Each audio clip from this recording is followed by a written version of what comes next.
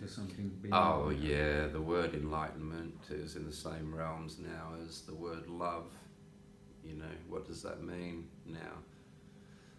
We've given the so many meanings to the word love, it really doesn't cut it as an explanation anymore. The word love doesn't cut it as an expression. You know, you can love chocolate, you can love this carpet, you can love yourself, you can be in love. So, you know, it's ask anyone, sit down with anyone on the planet and ask them what they think of those definitions, and it'll all be different. So anything that has so many varieties isn't real.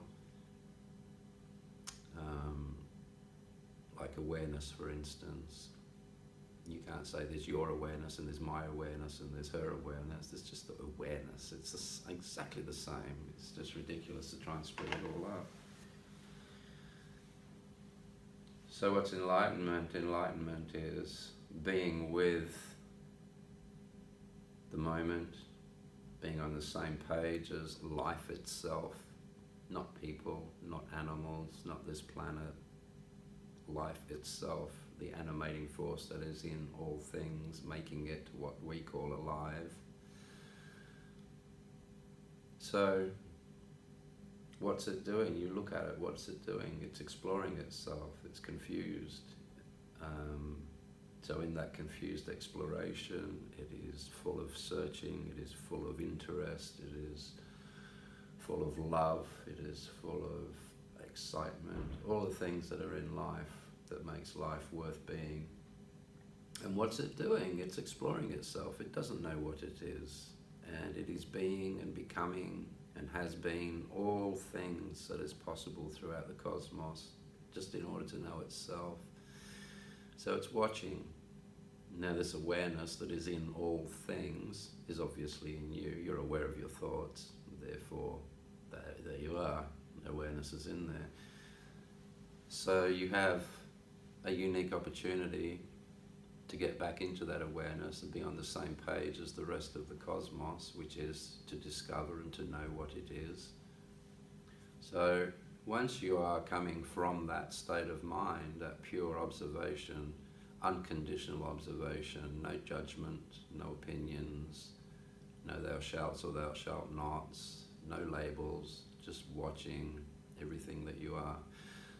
Like a child that first discovers what it is in front of a mirror.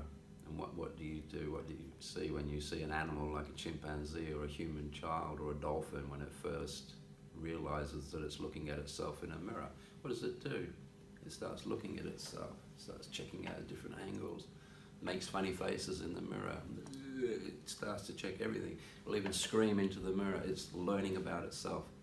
Now you imagine the cosmos has just done that. Boom, it's self-aware. It's got a lot to look at. It's got a lot of stuff to do. It's got a lot of things to watch. Now once you reach enlightenment, you are coming from that space. And at that point, you do all the things that anyone and everyone else does. You eat, you sleep, you work, you play. But you are watching all of this. You're not doing it for any reason. At that point, life is living through you. To everyone else on looking, you would seem like a normal, everyday person. The only difference is when you see misery without any reason or purpose, you will immediately start to try and alleviate that misery in others. You won't know why. But you don't need to know why. There's a joy in it. It's just the enlightened mind. It's just living, watching, knowing, understanding, exploring. That's it.